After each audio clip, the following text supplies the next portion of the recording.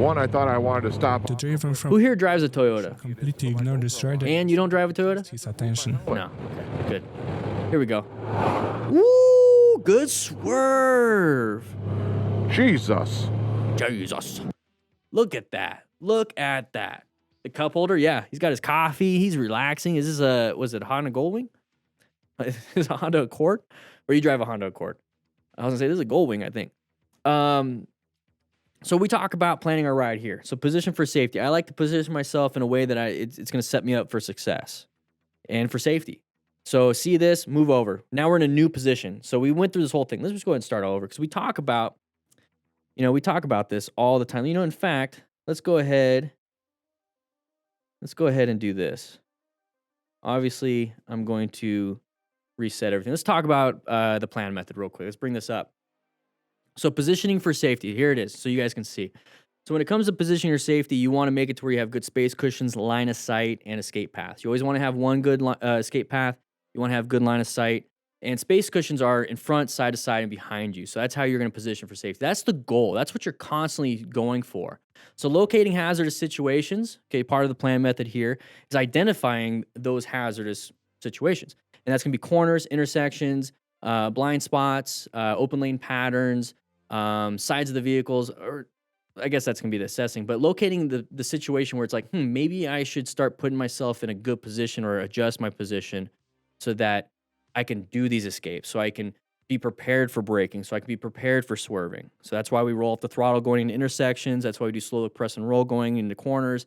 That's why we cover our brakes when it comes time to going through any of these things, just in case you have to slow down and maybe slow down to swerve or whatever it is, progressive braking. Assessing relevant threats. We talk about side of the vehicles. They start creeping out in intersections. We talk about people wanting to turn left in front of us at intersections.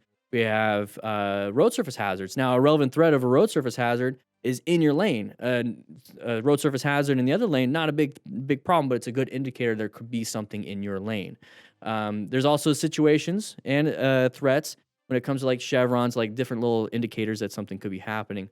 Lots of animals. You got dogs on the side of the road with a pet or a pet owner. You have like a herder with some sheep. You see one deer run across. There's probably going to be a couple others. So those are the things that you can be watching out for and making sure that they're actually relevant. If you see a parked car, like you're riding through a neighborhood, parked car in a driveway and there's nobody in it, it's not a threat, but that's what it looks like. So you always want to figure out if it's relevant to you and your situation that you're currently in. Navigating these things. So if you have a vehicle like this right in here, so if we go through the plan method here, we're in a position right now for safety. We were in our lane, so there it is. We located a hazardous situation. We assess if this is a relevant threat. And now we're going to navigate ourselves into a position to where we aren't going to get hit. So what he did was slow down a little bit and then swerve to the right onto his shoulder. And the reason why I was able to swerve to the right on the shoulder is because when we were positioned for safety, what were we looking for? We were looking for escape paths. We're looking for line of sight, and we're looking for space cushions. When it comes to this right here, we have a space cushion now, not getting hit. We have great line of sight, and this is our escape at the same time. Okay? He did a perfect plan method here. Perfect job. Handled it. Let's take a look at it in real time. So we're in the middle, position for safety, locating this hazard situation coming up, assessing. Yes, it is a threat. We got to navigate. Attention. What? There it is. Navigation, moved over, moved back. You might be able to do that in a car, but at least on a motorcycle you can.